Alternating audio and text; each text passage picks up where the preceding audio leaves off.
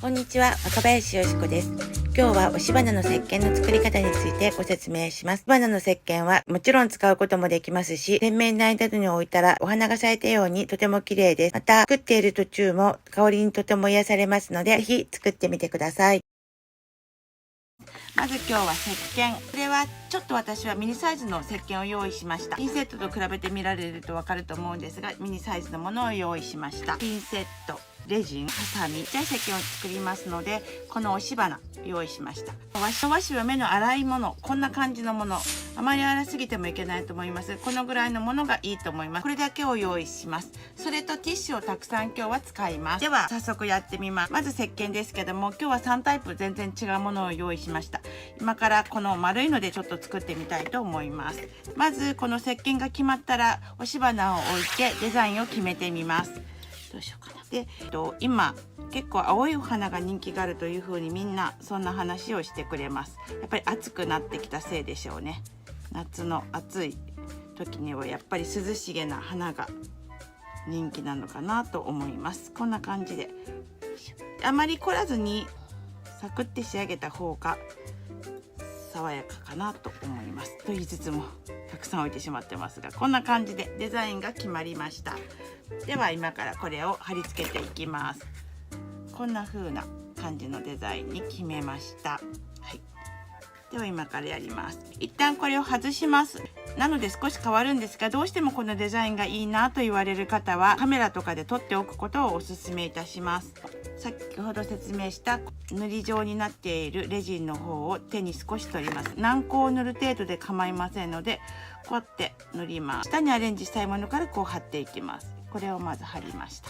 先ほどのこの紙を上に乗せてこうやってよく押さえます。お花ですけど、お花は1輪ずつつけていきます。乗せたらこの上からこういう感じでしっかりとまた塗っていきます。ティッシュで中のこの和紙を通したところに染み込ませるようなつもりでなじませます。和紙の穴のところから通すつもりで染み込ませます。でこれをこうやって剥ぐともうすでに先ほどのこの練り状のレジンでコートできてます。これをずっと続けていきます。今一つできましたので、次はこの辺かな、この辺にします。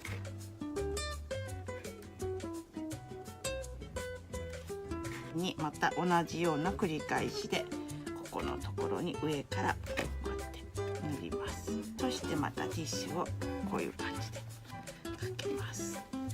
で上に塗ったレジンを中に染み込ませるようなつもりでこんな風な感じでしていきます。でこうやってやるとついています。今2つつきました。でこの作業をずっと続けていきます。この押し花石鹸ですけども使えないんじゃないのと思われるかもしれないんですが、しっかり使えますので、これを洗面台とかに置くととっても可愛いですので、ぜひ使ってください。使える石鹸です。飾りだけではなく。よく言われるのが洋服ダンスの中とかにこの入れておいて香りを楽しむというようなこともされる方もいらっしゃるみたいです。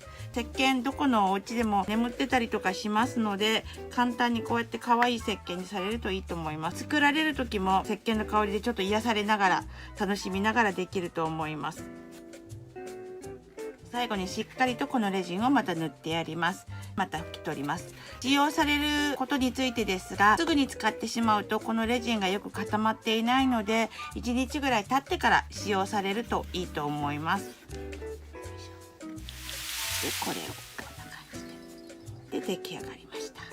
レジンを塗る時ですが、1回ここで使ったら今度は位置を変えて塗り込むという風にされた方がいいと思います。同じとこばっかりでやってしまうと花びら等がこんな感じでついてきますので、位置を変えながらつけていきます。すごく可愛くできました。贈り物とかにもいいですし、なんだか洗面台に置いとくだけでも癒されますよね。では皆さん作ってみてください。